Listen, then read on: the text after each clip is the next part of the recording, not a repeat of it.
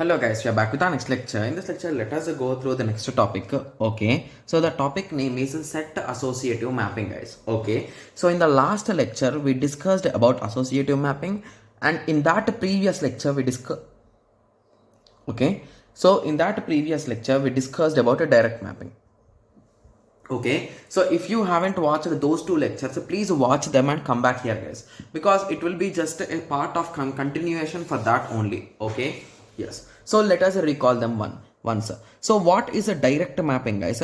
In a direct mapping, if you are having two cache lines, C0 and C1, and if we are having data blocks from B0 to B7, we gave them alternately, right? So for this we give B0, for this guy we gave B1, B2, B3, B4, B5, B6, B7. So in this way we have shared those blocks in between the cache lines and we used to allocate them, right? Yes, but the major disadvantage with this method is if only these four blocks are used and these four block data is never used, at that time, even though we are having four blocks and two slots, we always store these four blocks in C node only, which makes it an inefficient method, right? Yes. Okay, so that is the reason why we designed associative mapping. So in associative mapping, there is no fixed pattern. So here I gave even numbers for one and odd numbers for one, right?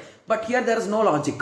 So whoever wants will take the empty slot. So if all the slots are filled, we will be using some replacement algorithm, cache replacement algorithm, and we will learn, right? Yes, guys, we'll be discussing about those cache replacement lecture topic in the next lecture. Okay, yes. Okay, so in that way we will work. So the major disadvantage here is, so here if you observe, if you recall the diagram, in the diagram we clearly told that the cache line, the tag is equals to the block number, right? Which is not looking so good, right? Yes. So that is the main reason why set associative mapping came in. Okay, so in set associative mapping, okay, as the name suggests, what we will do is, these cache lines we will make into multiple sets, guys. So now you got an idea, right? So let us take an example. So assume that you are having 16 blocks, 4 cache lines. Okay, so these 16 blocks could come here, right? So based on the requirement, 4 at a time they can come. Okay, based on normal associative mapping. So in set associative mapping, we made C0 and C1 as a set 0, C2 and C3 as a set 1. So in this way sets are made, and whoever wants to come inside, so they can decide in which set they will go, and they will go inside anywhere, guys. Got it? So I think word explanation might be a bit confusing. Once we go through the theory and once you go through an example, you will get a clear idea, guys. So don't worry. Okay, yes. So in K-way set associative mapping, cache lines are grouped into sets. So basically we will map these cache lines into groups, and those groups are called as a set, where each set contains a k number of cache lines. So here 2. Got it? Yes. Okay, so here what we are using is, so in simple words, here based on set number we will divide these options, guys. So basically if we are having from B0 to B15, we are having two sets, right? So set 0 and set 1. So all odd numbers will go to, even numbers will go to set 0, and all odd numbers will come to set 1, like same alternate logic. Okay, yes. So that is the main concept of a set associative mapping, guys. So now I hope everyone got a clear idea with respect to it, right? Yes. Hence, set associative mapping is a combination of associative and direct mapping, right? Yes. Okay. So now coming to the formula approach. Okay. So from the first lecture, like from first of mapping, in direct mapping, associative mapping, we are drawing the formula diagram, right? Yes. So the same diagram here it will be. So this will be our main memory.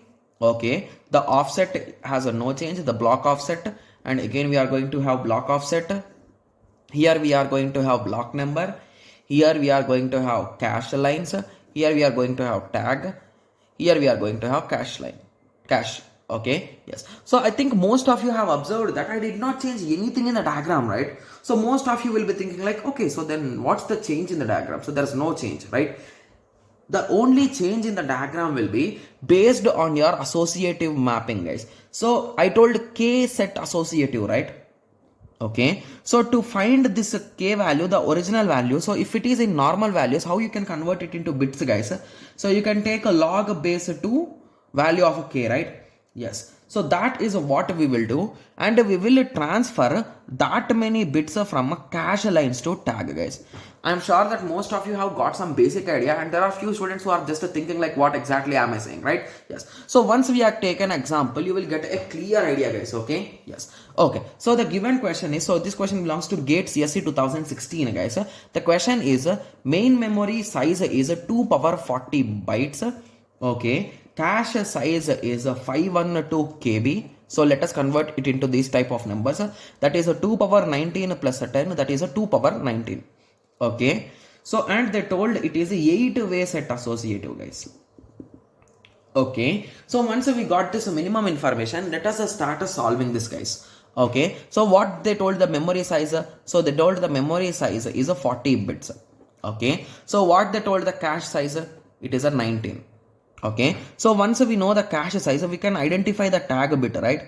So it is a nothing but a 40 minus a 9, that is a 21, right? Yes. Okay, and they did not give any information about block size, cache lines, block size and block number. Okay, so let it be. So anyway, in the question what they asked is the number of tag bits. Okay, and they clearly told that it is 8-way set associative, right? Yes. So if you recall, let us substitute in the formula. It is nothing but log base 2 8, that is a 2 power 3 is equals to log base 2, so it becomes 3, right? Yes, so it is indirectly 3. So what we will do is, so how many bits are here? So from them we will transfer 3 bits here. So indirectly, what is the total of tag bit, guys? So now the updated tag will be 21 plus 3, that is a 24. So what is the tag bit? It is 24. So this is the question, guys. So in set associative, we'll be getting this kind of questions. So in set associative, they will say how many set associative mapping is done. Got it? Yes. So now I hope everyone got a clear idea, right? So how we will work with direct mapping, associative mapping, set associative mapping. Okay, yes. So I hope everyone got a clear idea, guys. Anyway, we'll be discussing all PYQPs, guys. So don't worry, there will be a huge practice for you. Okay, yes. So in the next lecture, let us continue with the small revision about direct mapping, associative mapping and set associative mapping. We'll be discussing the formulas. Okay, yes. Okay, so in the next lecture, let us discuss. Thank you. Thanks for watching. Like, share and subscribe for more awesome videos like this. Thank you.